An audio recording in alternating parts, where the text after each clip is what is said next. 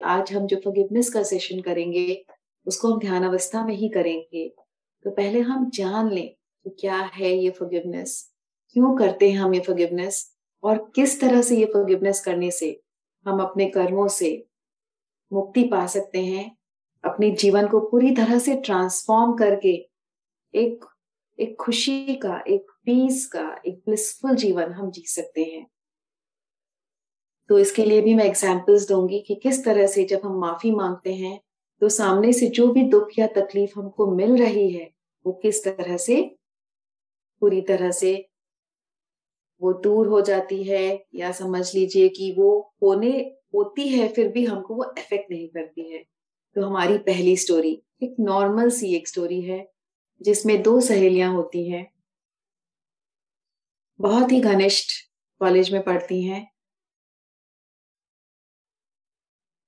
College में पढ़ने के दौरान दोनों में इतना प्रेम रहता है कि दोनों एक दूसरे के बगैर ना उठती हैं ना बैठती हैं, चौबीसों घंटे साथ में, बस अपने घर पे भी रहती तो हर समय फोन से कनेक्टेड, कॉलेज में भी साथ में, और बहुत ज्यादा एक दूसरे के प्रति प्रेम उनको रहता है। तो कॉलेज के एग्जाम्स आते हैं तो अचानक से जो एक फ्रेंड है वो देखती है कि उसके पास कॉलेज के जो एग्जाम है, नेक्स्ट डे जो एग्जाम्स हैं, उसके नोट्स उसके पास नहीं है। तो वो तुरंत अपनी दूसरी फ्रेंड को कॉल करती है और कहती है अगर तुम्हारे पास नोट्स है तो तुम प्लीज मुझे दे दो, या तो मैं तुम्हारे घर आ जाती हूँ या तुम आ जाओ मेरे घर और हम दोनों साथ में मिलके इस एग्जाम की तैयारी कर लेंगे। दोनों ही क्लास में फर्स्ट सेकंड इस तरह से आती हैं, तो दोनों के बीच में इतना प्रेम रहता है कि उनको कोई फर्क नहीं पड़ता कौन फर्स्ट आया कौन सेकंड आया। लेकिन ये जो दूसरी वाली फ्रेंड है, इसके पास नोट्स नहीं होता, तो ये मना कर देती है कि मेरे पास नोट्स नहीं है, मैं नहीं दे पाऊंगी, हम इसी तरह से तैयारी कर लेते हैं। तो दोनों, इसका मन उदास हो जाता है कि बिना नोट्स के ये कैसे तैयारी करेगी, कहाँ खो गए इसके नोट्स, इसको मिल नहीं रहा है। लेकिन इसके पास और कोई उपाय नहीं था, क्योंकि लास्ट मोमेंट में अगर किसी से भी ये नोट्स मांगती तो कोई भी अपना अपने नोट्स का बलिदान करके इसको नहीं देता। इसकी उम्मीद इसकी दोस्ती पर ही थी, इसकी दोस्त पर ही इसकी उम्मीद टिकी हुई थी, और उसने भी कह दिया कि उसके पास नोट्स नहीं है।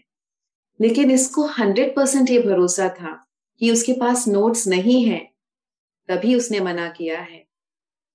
दूसरे दिन एग्जाम हॉल में जब दोनों जाते हैं तो ये देखती है कि टेबल पर जो नोट्स वो मांग रही थी वही नोट्स उसके दोस्त के टेबल पे रखा हुआ है। ये बहुत ही टेंशन में जाती है एग्जाम देने, और जब उस नोटबुक को वो देखती है अपने दोस्त के टेबल पर तो वो पूरी तरह से शॉक हो जाती है। उसका विश्वास टूट जाता है और उसका दिल टूट जाता है। वो नाराज हो जाती है अपने दोस्त से, कुछ कहती नहीं, पर अपने दोस्त से बातें करना उस दिन के बाद वो बंद कर देती है। ना उसका फोन रिसीव करती है, और कभी अगर बातें हुई भी तो बस बेरुखी से थोड़ा सा एक औपचारिकतावश उससे थोड़ा बहुत बात करके वो अपने आप को पूरी तरह से अपने दोस्त से क्लोज कर लेती है। अब ये जो दोस्त है जिसके टेबल पे नोट्स मिला, ये पूरी तरह से डिस्टर्ब, क्योंकि इसका जीवन पूरी तरह से अपने दोस्त के चारों ओर ही घूमता है। उठना बैठना, खाना पीना, हंसी मजाक, हर चीज शेयर करना। और अचानक से ये दोस्त की बेरुखी जो है, इससे इसको समझ में नहीं आता अचानक ऐसा क्या हो गया कि इसकी दोस्त इसके प्रति इतनी बेरुखी का व्यवहार कर रही है। इसको याद भी नहीं रहता, इसको पता भी नहीं है इसकी टेबल पे जो नोट्स है वो दोस्त ने देख लिया है, और इस तरह से उसके मन में क्या चल रहा है। बहुत बार वो कहने की कोशिश करती है, पूछने की कोशिश करती है, पर दोस्त कुछ भी जवाब नहीं देती, क्योंकि उसका दिल इस तरह से टूट चुका होता है, उसका विश्वास इस तरह से शैटर हो जाता है। उसने कभी सपने में भी नहीं सोचा था कि जब उसको सबसे ज्यादा नोट्स की जरूरत होगी तब उसकी दोस्त उससे झूठ कहेगी। कुछ महीने बीत जाते हैं, दोनों अलग हो जाते हैं। वो दोस्त भी दुखी है क्योंकि उसका दिल टूटा है, और ये दोस्त जिसके टेबल पे नोट्स मिला, ये तो पूरी तरह से दुखी है, क्योंकि इसको अब तक समझ में ही नहीं आया कि गलती कहाँ हुई, क्या हुआ, जो बचपन की यारी एक ही क्षण में इस तरह से टूट गई। ना कुछ कहा, ना कुछ सुना। पर एक दिन उससे रहा नहीं जाता, वो बहुत ही उदास हो जाती है, बहुत ज्यादा उसको याद सताती है अपने फ्रेंड की। वो उसके घर पहुंच जाती है और रोते हुए उससे विनती करती है कि आज तुम्हें मेरी कसम, तुम बताओ कि क्या बात है। मैं तुमसे बहुत प्रेम करती हूँ, तुमको बहुत मिस करती हूँ। तुम बताओ तो सही कि क्या बात है। मुझे पता तो चले, इतना तो अन्याय मत करो कि मुझे बताए बगैर तुम मुझसे संपर्क तोड़ दो। तब दोस्त ने, क्योंकि वो भी इतने समय के दौरान अपनी दोस्त को बहुत मिस कर रही होती है, उस वो सारी बात उसको बताती है कि जब उस दिन मैंने नोट्स मांगा था तब तुमने मुझे कहा कि नोट्स नहीं है, और तुमने अपने फायदे के लिए मुझसे झूठ कहा, और अगले दिन टेबल पे मैंने देखा कि वो नोटबुक तुम्हारे टेबल पे पड़ी थी एग्जाम हॉल पर।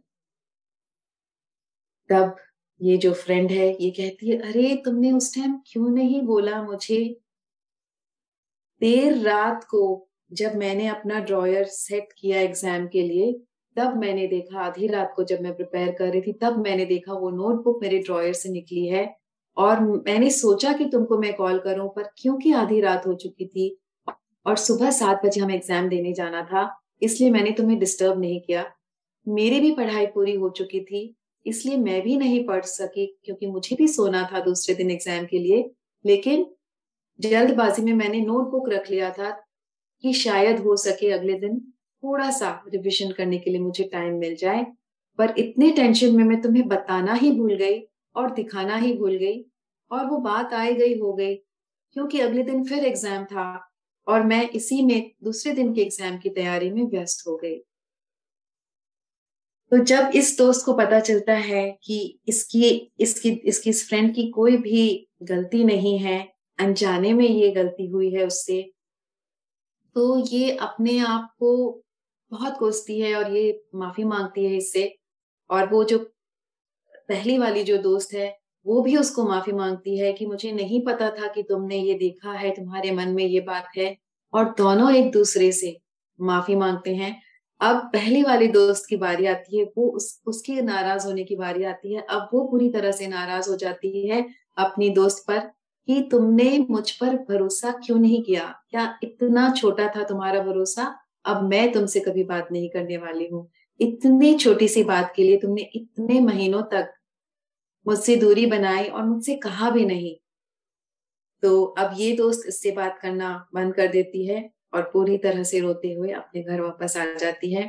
किसी भी तरह से अपनी दोस्त का ना फोन उठाती है, ना उससे मिलती है, ना उससे बात करती है। उसका दिल टूट जाता है।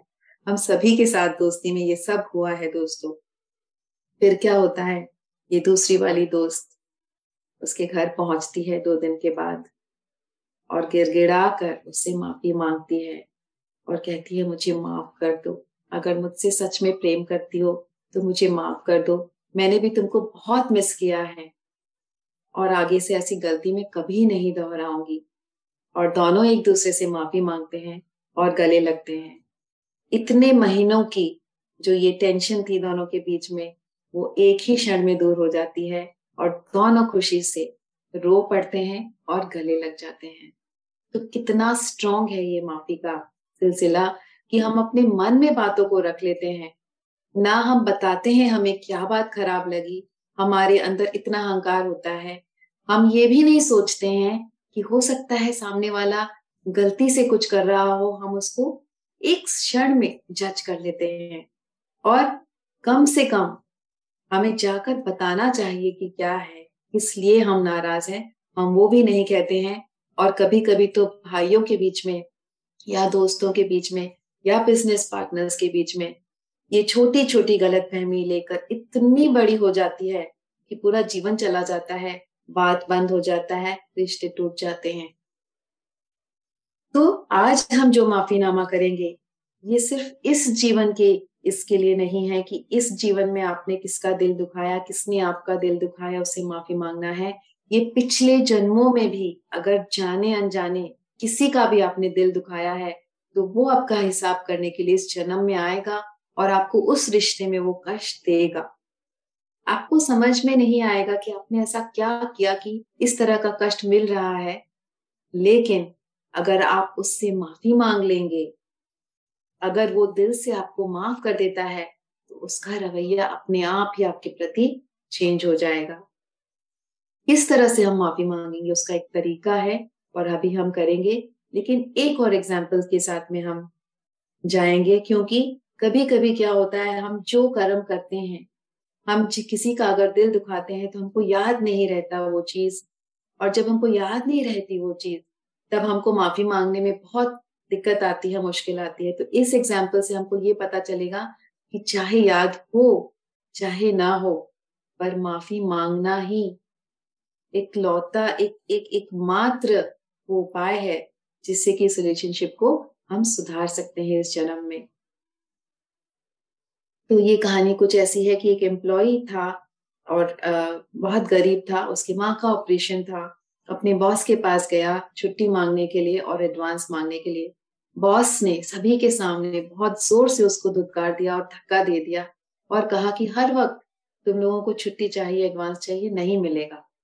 बॉस की अपनी कोई पर्सनल परेशानी थी, और वही परेशानी उसने अपने एम्प्लॉय पर निकाल दिया।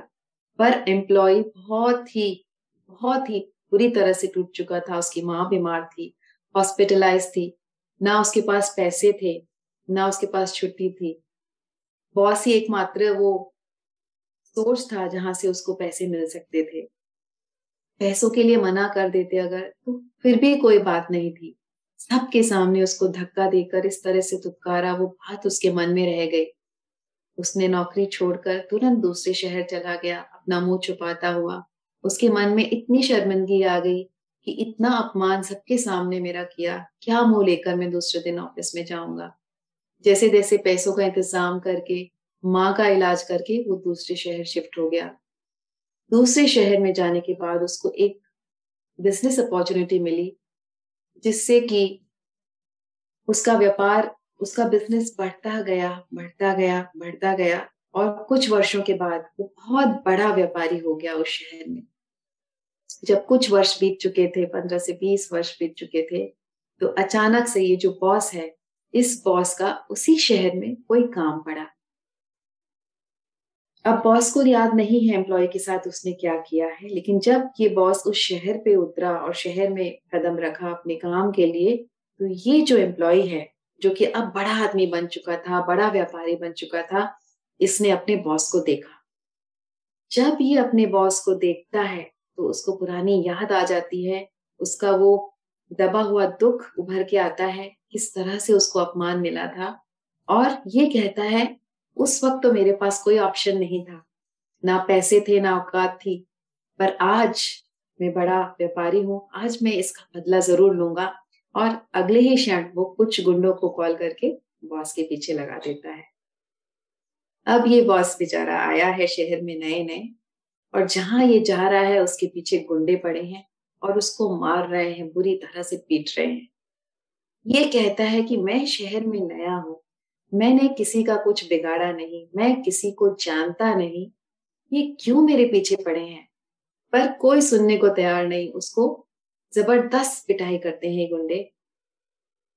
ये हाथ जोड़कर उनसे विनती करता है कि अगर आप मारना चाहते हो तो बेशक मारो मुझे, पर एक बार मुझे बता दो कि मुझे क्यों मार रहे हो, ताकि मुझे पता चले कि मेरा कसूर क्या है। मैं नया हूं, मैं जानता नहीं हूं किसी को यहाँ पर।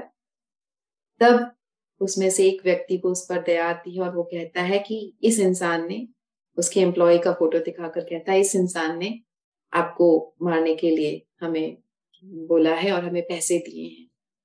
वो कहता है, एक विनती मैं करता हूं, मुझे इसके पास आप ले चलिए,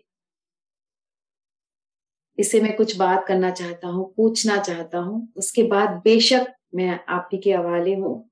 आप बेशक, आपको जितना मारना है आप मारिए, पर ये मेरी विनती आप सुन लीजिए।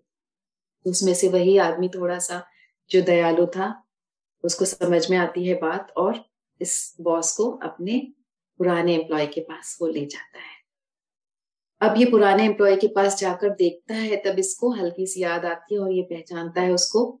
और उसको याद भी नहीं रहता कि उसने किस तरह से उसको अपमानित किया था, किस तरह से उसको धक्का दिया था, क्योंकि वो उस दिन अपने ही किसी टेंशन में था, अपने ही किसी चैलेंज से वो गुजर रहा था, उसकी अपनी ही कोई चैलेंज थी जिसका गुस्सा उसने बस इस पर उतारा था और वो बात को वो भूल गया था।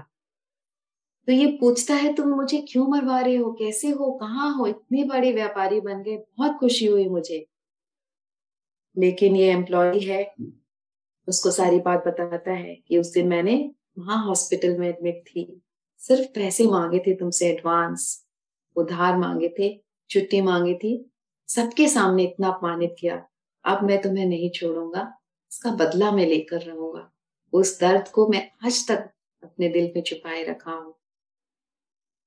अब ये बॉस, क्योंकि अनजाने में गलती से अपने ही किसी लाइफ के सिचुएशन की वजह से ये गलती हुई थी उससे, तो उसके पैरों पर गिर पड़ता है और गिड़गिड़ा के उससे माफी मांगता है कि मेरा दिल पूरी तरह से साफ है तुम्हारे प्रति, मुझसे बहुत बड़ी भूल हो गई, मुझे ऐसा बिल्कुल भी नहीं करना चाहिए था।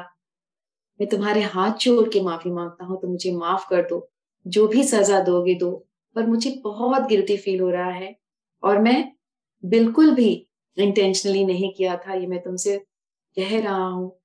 मुझे किसी भी तरह से तुम माफ कर दो, उसके बाद चाहे तुम्हें मुझे मारना हो तो मारो, लेकिन मैं बहुत ज्यादा शर्मिंदा हूँ अपने व्यवहार से। सच्चे मन से गिड़गिड़ा के जब वो माफी मांगता है तो एम्प्लॉय का दिल पिघल जाता है और वो कहता है कि ठीक है, मैंने तुम्हें माफ किया, तुम जाओ अपने शहर वापस। और फिर गुंडे उसका पीछा छोड़ देते हैं। तो इसी तरह से जब हम इस लाइफ में आते हैं तो हमारे आसपास के लोग, हमारे फैमिली के लोग कुछ ऐसे हो सकते हैं जो हमको हर्ट कर रहे हो। हमको लगता है कि ये हमसे बिना मतलब कि हमसे क्यों उलझ रहे हैं, क्यों नहीं समझ रहे हैं, क्या प्रॉब्लम है। हो सकता है हमारे फ्रेंड सर्कल में कोई ऐसा हो जो बार बार हमारा मजाक उड़ाता हो, हमें अपमानित करता हो सबके सामने। हो सकता है हमें हमारे ऑफिस के एनवायरनमेंट में कोई हो जो बार बार हमारी प्रमोशन को रोक रहा है, हमसे जेलसी कर रहा है, हमें आगे बढ़ने से रोक रहा है। हो सकता है व्यापार में किसी ने धोखा दे दिया हो, पैसे लूट के चले गए हो सकता है कि आपकी मेड, कुक, सर्वेंट, ड्राइवर, आपके आसपास के सोसाइटी के लोग, कोई भी हो सकता है, किसी भी रूप में वो आ सकते हैं और आकर आपको अभी जो भी आपकी लाइफ की सिचुएशन है, रोग के रूप में भी हमारे कर्म आते हैं। रोग के रूप में भी हमारे कर्म आते हैं। पत्री जी हमेशा कहते हैं your diseases of this life time are because of your past karmas. तो जो भी सिचुएशन हमारी अभी लाइफ में है, जो भी चैलेंज है जिसके लिए हमको लग रहा है कि हमारे साथ ऐसा क्यों कर रहे हैं, जैसे बॉस को ये नहीं पता था, नहीं याद था कि क्यों गुंडे उसके पीछे पड़े हैं, ठीक उसी तरह इस जन्म में हमने उनका क्या बिगाड़ा है नहीं याद है, लेकिन अब वो अपना हिसाब करने आए हैं। तो जब बॉस ने अपनी गलती को याद करके सच्चे मन से माफी मांगा तो उसकी लाइफ की सिचुएशन सुधर गई, गुंडों ने पीछा छोड़ दिया क्योंकि एम्प्लॉय ने उसको माफ कर दिया। ठीक उसी तरह इस जन्म में हमने इनका क्या बिगाड़ा है हमें नहीं पता, लेकिन अगर उस सोच से हम माफी मांग लेते हैं सच्चे दिल से, और इसमें हम ठग नहीं सकते, हमको सच्चे दिल से माफी मांगनी पड़ेगी, क्योंकि कुछ तो हमने किया ही है तो ये डिजर्व करते हैं हम। और वो हमें अगर माफ कर देते हैं तो फिर उनका ये जो बर्ताव है हमारे इस जीवन में 100% बदल जाएगा, क्योंकि उनकी आत्मा ने हमको माफ कर दिया है। लेकिन जैसा कि मैंने कल भी कहा कि हम आज ये सेशन करने के बाद फिजिकली जाकर उनसे माफी नहीं मांगेंगे, क्योंकि पिछले जन्मों की बातें ना उनको याद है ना हमको। वो भी अपने पिछले जन्मों की बातों के वश में अपने सब कॉन्शियस में उन्होंने वो हर्ट को रखा है, उससे मजबूर होकर वो ऐसा बर्ताव हमारे साथ कर रहे हैं। और हमने भी वो सारी बातें अपने सब कॉन्शियस में रख रखा है, जिससे मजबूर होकर हम ये सिचुएशन में आए हैं, इस लाइफ के सिचुएशन में आए हैं। तो अगर हमको उनसे माफी मांगनी है तो हमको उनके हायर सेल्फ को इनवाइट करना पड़ेगा। हायर सेल्फ मतलब वो सोर्स जहां से उनकी सोल आई है। हायर सेल्फ मतलब वो पूरी तरह से पूर्णात्मा जिससे वो सोल इस धरती पर आई है और जिसके पास उसके हर एक जन्म का ब्यौरा है। किस जन्म में उसके क्या पाप, क्या पुण्य, क्या कर्म, सारा ब्यौरा उसके पास है। ठीक उसी तरह से हमको अपने हायर सेल्फ से ही कहना पड़ेगा, उसकी हायर सेल्फ से माफी मांगने के लिए, क्योंकि हमारी भी हायर सेल्फ के पास हमारे पूरे सारे लाइफ टाइम्स का पूरा रिकॉर्ड है, पूरा ब्यौरा है। तो आइए आज हम अपने इस लाइफ के सिचुएशन को सॉल्व करने के लिए अपने आप को सरेंडर करते हैं। आंखें बंद कीजिए, ये फॉरगिवनेस हम करेंगे आज। हाथों को क्रॉस, पैरों को क्रॉस, आंखों को बंद, सरेंडर।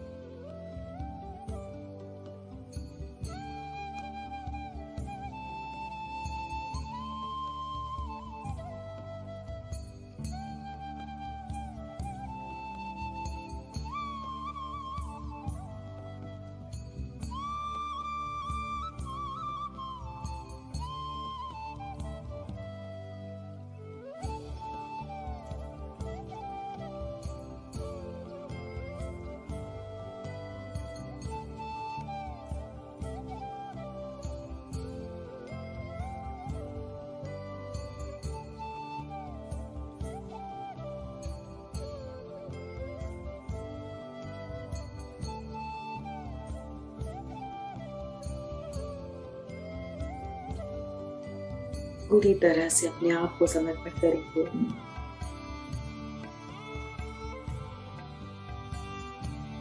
सारे मास्टर्स का आह्वान करेंगे।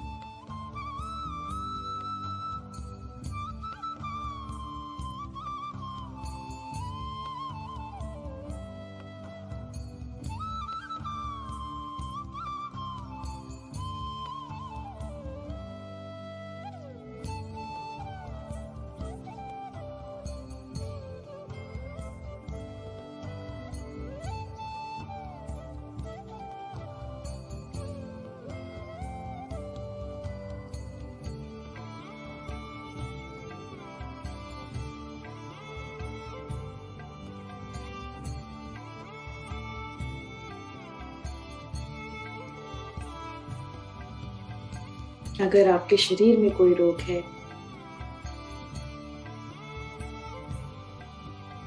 और वो किसी ना किसी कर्म की वजह से है, किसी ना किसी सिचुएशन की वजह से है, तो हम नहीं जानते ऐसा क्या कर्म हमने किया है।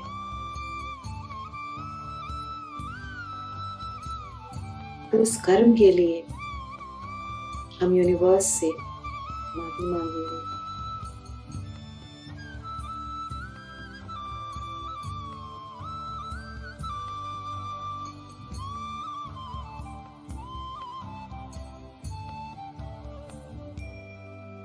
सबसे पहले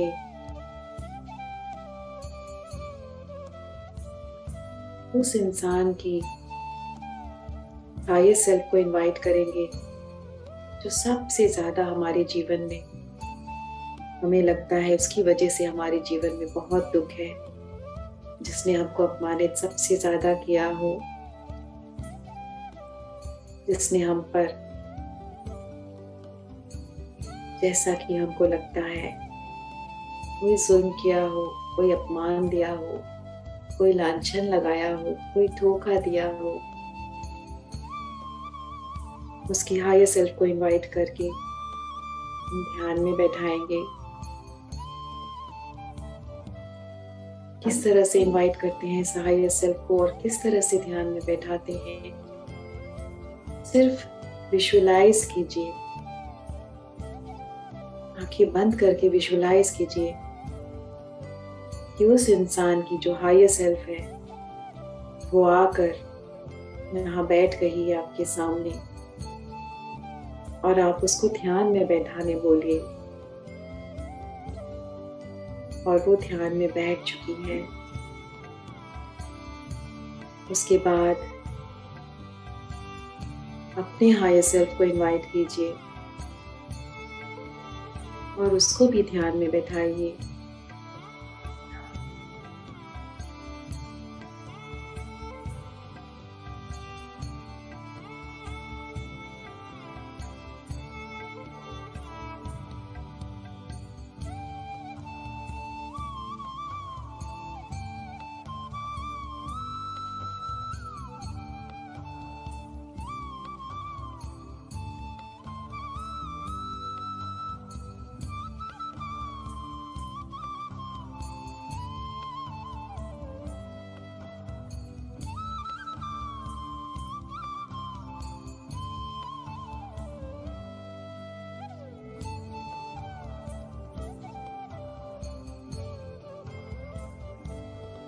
इसके अलावा कोई और इंसान है जिसके कारण आपके जीवन में तकलीफ है, तो उसकी हायर सेल्फ को भी इनवाइट कीजिए और ध्यान में बैठाइए।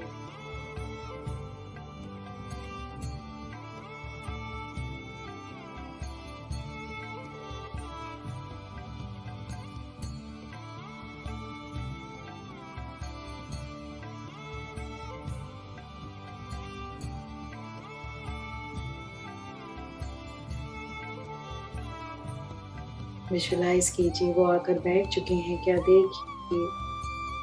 और इन दोनों के अलावा कोई और भी है आपके जीवन में जिसके कारण आपको बहुत तकलीफ है, बहुत दुख है। उन सभी लोगों के हायर सेल्फ्स को एक एक करके इनवाइट करके ध्यान में बैठाइए।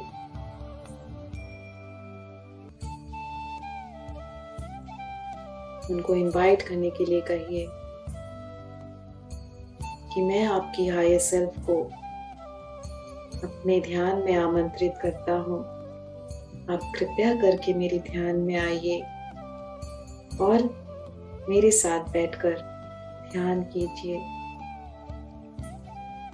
जब हम इस तरह का आमंत्रण देते हैं किसी की हायर सेल्फ को तो वो तुरंत आ जाती है, क्योंकि हायर सेल्फ के अंदर कोई अहंकार नहीं, कोई घमंड नहीं, सिर्फ प्योर कॉन्शियसनेस, सिर्फ प्यार। उसका जो अंश है, उस आत्मा का जो अंश है जो उस इंसान में है, अहंकार उसमें है, अहंकार हम में है, घमंड हम में है। हमारे पास 4 बार कॉल नहीं आएगा तो हम नहीं जाएंगे, कोई ना पूछे तो हम भी नहीं बतलाएंगे। पर हायर सेल्फ ऐसा नहीं होता। हायर सेल्फ पूरे प्यार से भरपूर होता है। इसलिए जब हम अपने हायर सेल्फ के साथ कनेक्ट करते हैं तो उसके गुण धीरे धीरे अपने अंदर भरने लगते हैं और हम ध्यान में आने के बाद हमारा बिहेवियर, हमारा नेचर सब कुछ बदलने लगता है।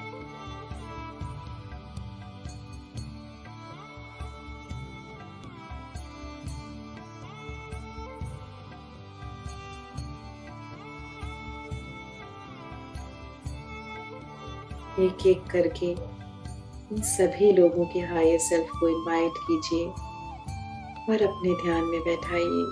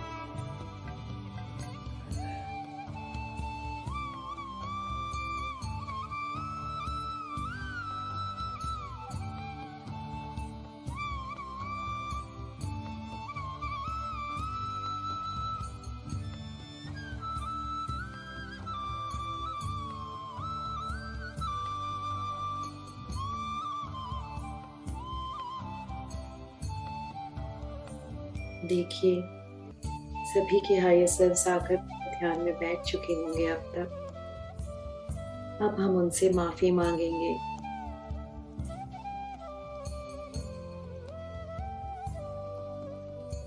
हमारी हायर सेल्फ उनके हायर सेल्फ से जब माफी मांगेगी तो ये वाइब्रेशन उन तक अपने आप ही पहुंच जाएगी। फिजिकली हमें जाकर नहीं बोलना पड़ेगा। हमारी हर सोच, हमारे हर विचार, हमारी हर वाइब्रेशन सामने वाले तक पहुंच जाती है बिन कहे बिना।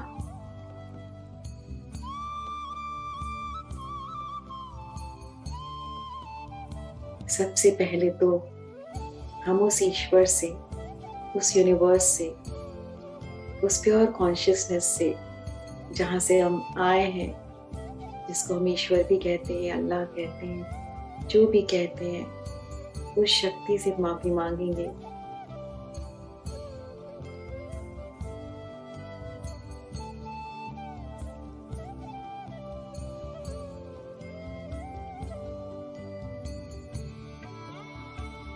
माफ कर दीजिए मुझे। आपने मुझे धरती पर भेजा था अपने लक्ष्य को जीने के लिए, पर मैं अज्ञानतावश भूल से न जाने कितनों के दिल मैंने दुखाए हैं, कितनों के साथ अन्याय किया है। इस जन्म में क्या क्या अन्याय किए हैं, क्या क्या पाप किए हैं,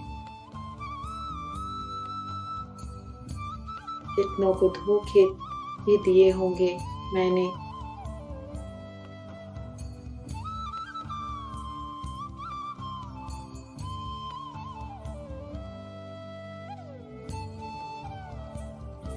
अज्ञानतावश मैंने ये सब कर दिया। ईश्वर, मुझे माफ कर दीजिए। मैं अपने सारे भूलों के लिए, अपने सारे बुरे कर्मों के लिए, हर एक जन्म में अगर कोई बुरा काम मैंने किया है, किसी का भी दिल दुखाया हो, तो मुझे आप माफ कर दीजिए। आज मैं उन कर्मों से मुक्त होना चाहती हूँ।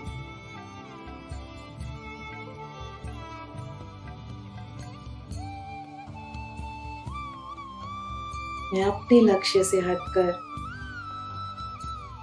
इन बुरे कर्मों में फंस गई थी, जो कि आज मुझे याद नहीं कि मैंने क्या किया है, जो कि मेरे जीवन में इस तरह के चैलेंजेस हैं, इस तरह के लोग हैं, इस तरह का दुख है इस तरह का रोग है।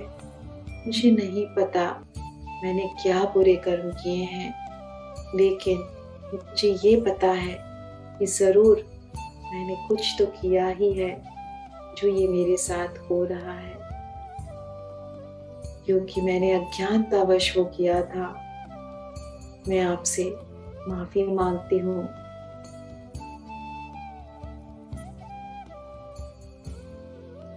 आप अनकंडीशनल लव और कंपैशन का पूरी तरह से एक सागर हो। मुझे माफ कर दो। मैं दिल से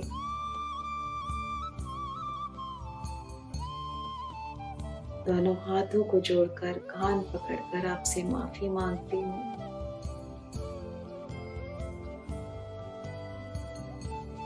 मुझे माफ कर दो ईश्वर, मुझे माफ कर दो यूनिवर्स। आप ही का एक अंश हूँ। मुझे यहाँ आकर आपके गुणों को अपनाकर अपना जीवन यापन करना था, प्यार से रहना था, करुणा से रहना था, पर पता नहीं किन चक्करों में पड़कर मैंने पाप किए, दिल दुखाया। मैं उसके लिए बहुत शर्मिंदा हूँ। मैं उसको बदलना चाहती हूँ। मैं उन कर्मों से मुक्त होना चाहती हूँ। आज के बाद किसी का दिल जानबूझकर या अनजाने में भी नहीं दुखाऊंगी, ना अपने वाणी से, ना अपने कर्मों से, और ना ही अपनी सोच से। आज के बाद अगर मैं कोई बुरे कर्म नहीं करती हूँ, तो अब तक के ये जो बुरे कर्म हैं, इनसे मुझे मुक्ति दे दो, इनसे मुझे माफी दे दो, क्योंकि आगे का जीवन मैं सुख शांति से व्यतीत करना चाहती हूँ। ध्यान में, सेवा में, दूसरों को अनकंडीशनली प्यार करके उनकी मदद करना चाहती हूँ। पर तब तक ये नहीं हो पाएगा जब तक मुझे माफी ना मिले। माफ कर दो। अज्ञानतावश मैंने ये जिनके हाईएस्ट सेल्फ को मैंने इनवाइट किया है, मैंने इनको बहुत कोसा है। इस जन्म में मैंने इनका बुरा भला भी चाहा है। मैंने इनको अपमानित भी किया है। इनका बर्ताव मुझसे सहन नहीं हो रहा था, उसके बदले मैंने बहुत कोसा भी है इनको, और अपने सारे दुखों का कारण भी इनको मानती थी। कभी कभी बद्दुआ भी दी है मैंने इनको, वो भी मेरी अज्ञानता थी। मुझे नहीं पता था कि इनका जो व्यवहार है वो मेरे ही कारण है। मैंने ही कुछ किया है जिसका हिसाब करने वो इस जीवन में आए हैं।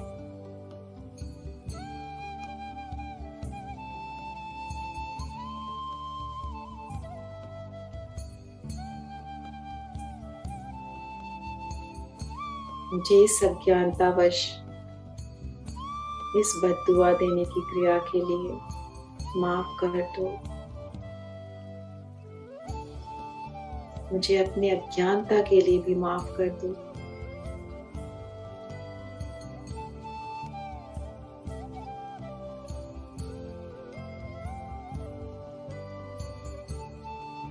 उस शक्ति को अनुभव कीजिए अपने चारों तरफ, जहां से हम आए हैं। वो शक्ति जब हम माफी मांगते हैं तो हमारे चारों तरफ व्याप्त हो जाती है। उस शक्ति को अपने चारों तरफ अनुभव कीजिए, दिल से माफी मांगिए। उससे कुछ नहीं छुपा।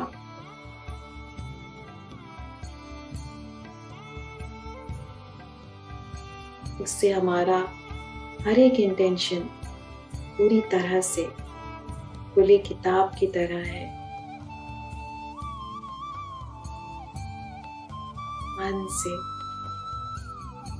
मन से माफी मांगिए और उस ऊर्जा को, उस शक्ति को अपने चारों ओर महसूस कीजिए। उस माफी को महसूस कीजिए।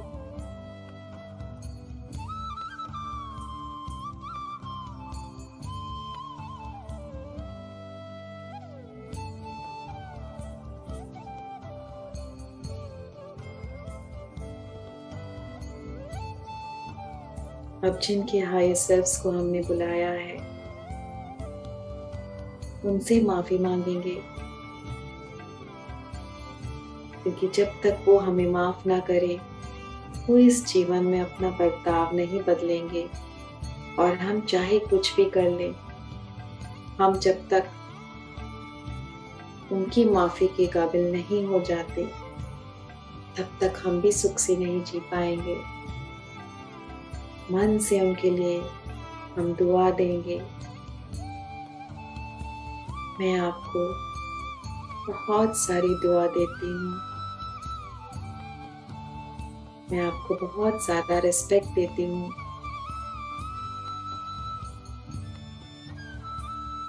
मैं आपको बहुत सारा प्यार देती हूँ और मैं माफी मांगती हूँ आपसे। मुझे याद नहीं इस जन्म में मैंने आपके साथ क्या बुरा किया है, पर इस जन्म में आप जैसा व्यवहार मुझसे कर रही हैं ये मुझसे और बर्दाश्त नहीं होता। मुझे माफ कर दीजिए।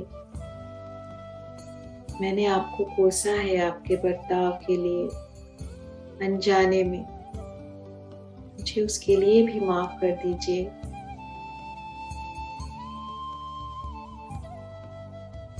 इतना बुरा किया होगा मैंने आपके साथ कि आप उतना बुरा मेरे साथ कर रही हैं या कर रहे हैं।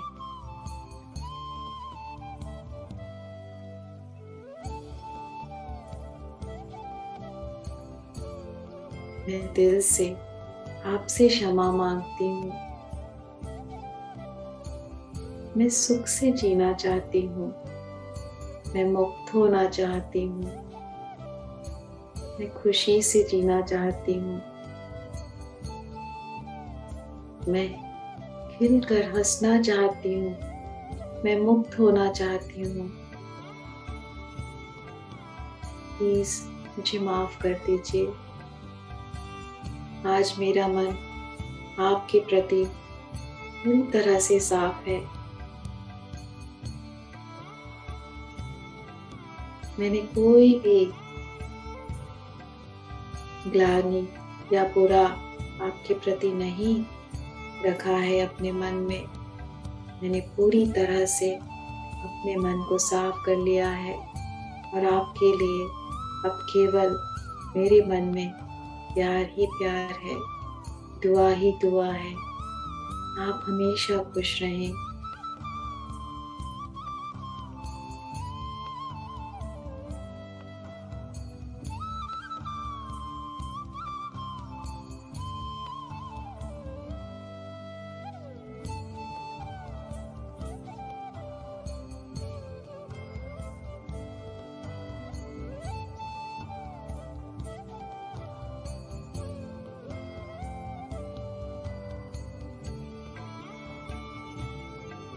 बहुत कठिन है दोस्तों, जो इतना प्रॉब्लमेटिक है हमारी लाइफ में, उससे माफी मांगना आसान नहीं है, पर यही सच है। सोचो जितना कष्ट उन्होंने हमें दिया है उतना ही कष्ट हमने कभी ना कभी उनको दिया ही है।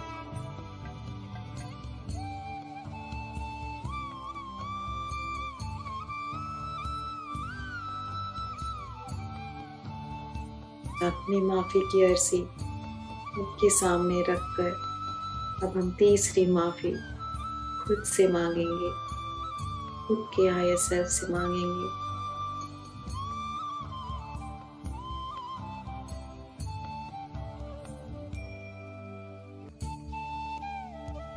खुद को माफ करेंगे।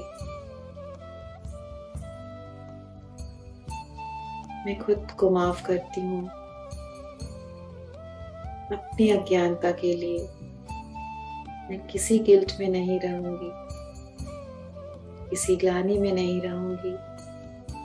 जो हो गया वो हो गया, पर अब मैं पूरी तरह से एक प्योर सोल बनूंगी, जिसके पास केवल और केवल प्यार है, करुणा है, जिसके मन में कोई मैल नहीं, किसी की बुरी कामना नहीं, किसी के लिए भी कोई भी बुरी कामना नहीं।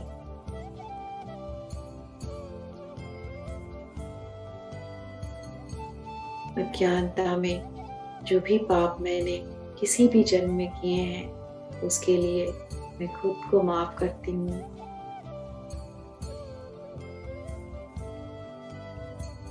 ये सामने वाले जो मुझसे ऐसा व्यवहार करते हैं,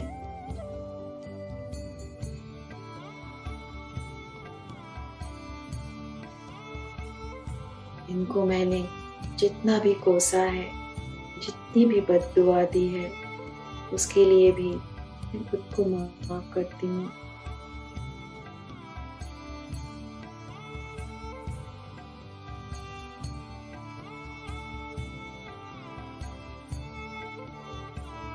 अब देखिए, जिसके भी हायर सेल्फ को हमने इनवाइट किए हैं, जैसे जैसे वो हमें माफ करते रहेंगे, वैसे वैसे उनकी हायर सेल्फ अपने आप ही उठकर जाती रहेगी।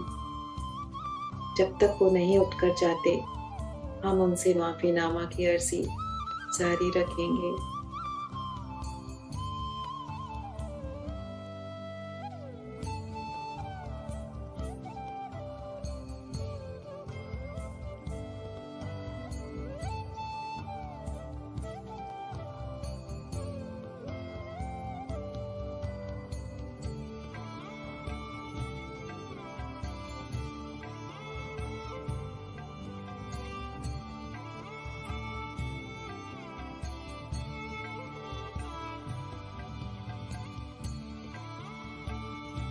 माफ कर दो मुझे, मैंने हर तरीके से कोशिश की है, पर मुझे नहीं समझ में आ रहा था क्यों आप ऐसा व्यवहार करती हैं मुझसे या करते हैं मुझसे।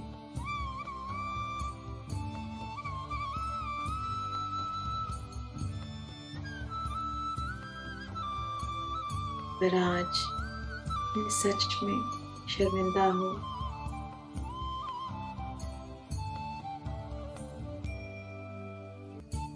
माफ कर दो, मुक्त कर दो मुझे। मैं खुशी से जीना चाहती हूँ। मैं मन से माफी मांग रही हूँ, मैं दिल से माफी मांग रही हूँ। माफ कर दो मुझे, मुक्त कर दो मुझे।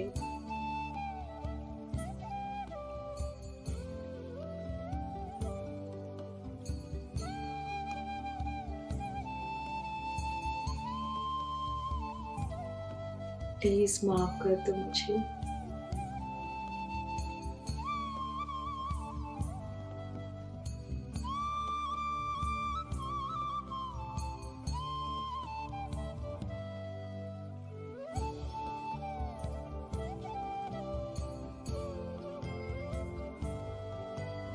मैं तुमको बहुत सारा प्यार देती हूँ, बार बार और दुआ देती हूँ।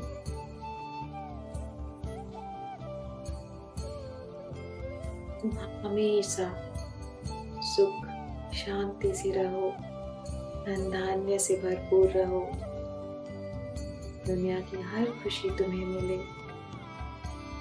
मेरे मन से दुआ है तुम्हारे लिए।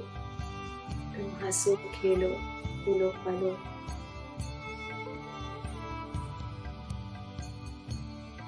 मुझे माफ कर दो।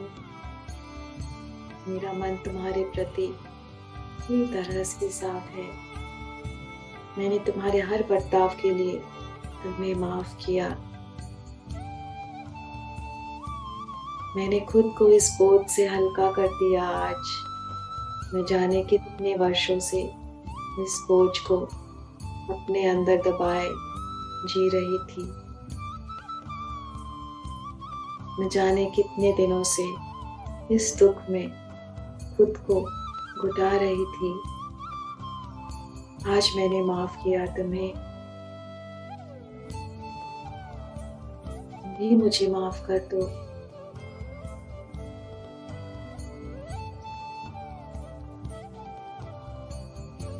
मैं बार बार इसी कर्म बंधन को जीने के लिए जन्म नहीं लेना चाहती। मुझे इस कर्म बंधन से मुक्त कर दो। जब तक तुम मुझे माफ नहीं करोगे, हमें बार बार जन्म लेना पड़ेगा इसी कर्म बंधन को पूरी तरह से क्लोज करने के लिए। आओ हम एक दूसरे को मुक्त कर दें,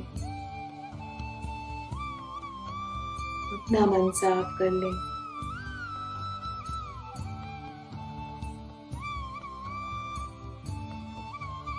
माफ कर दो मुझे।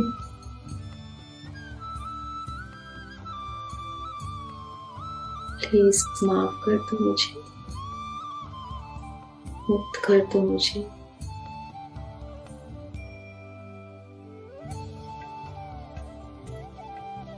मुक्त कर दो मुझे। मैं थक चुकी हूँ।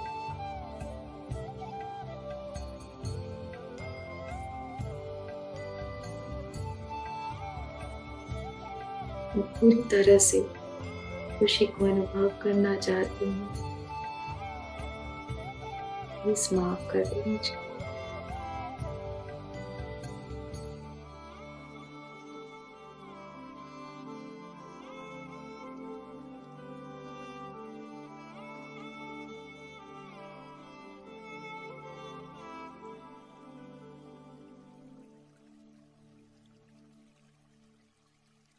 मैं दिल से माफी मांगती हूँ। प्लीज माफ कर दो मुझे।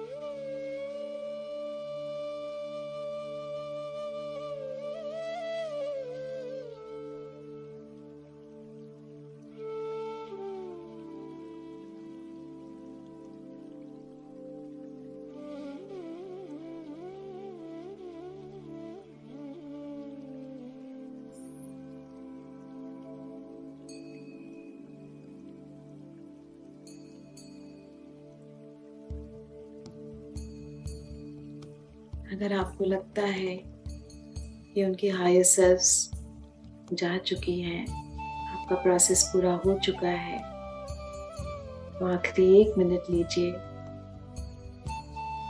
अपने शरीर में वापस आने के लिए, अपने कॉन्शियसनेस में वापस आने के लिए।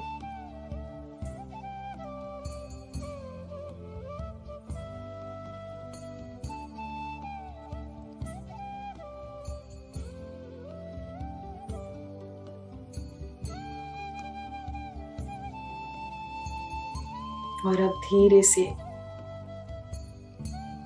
दोनों हाथों को, दोनों हथेलियों को अपनी आंखों पर रखिए।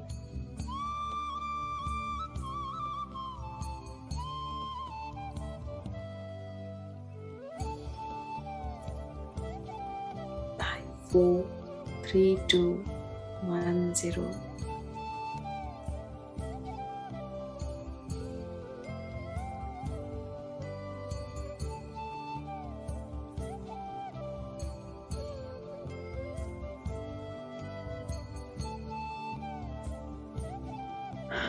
अगर आपको लगता है आपका प्रोसेस हो गया है कंप्लीट, तो आप धीरे से आंखें खोलिए।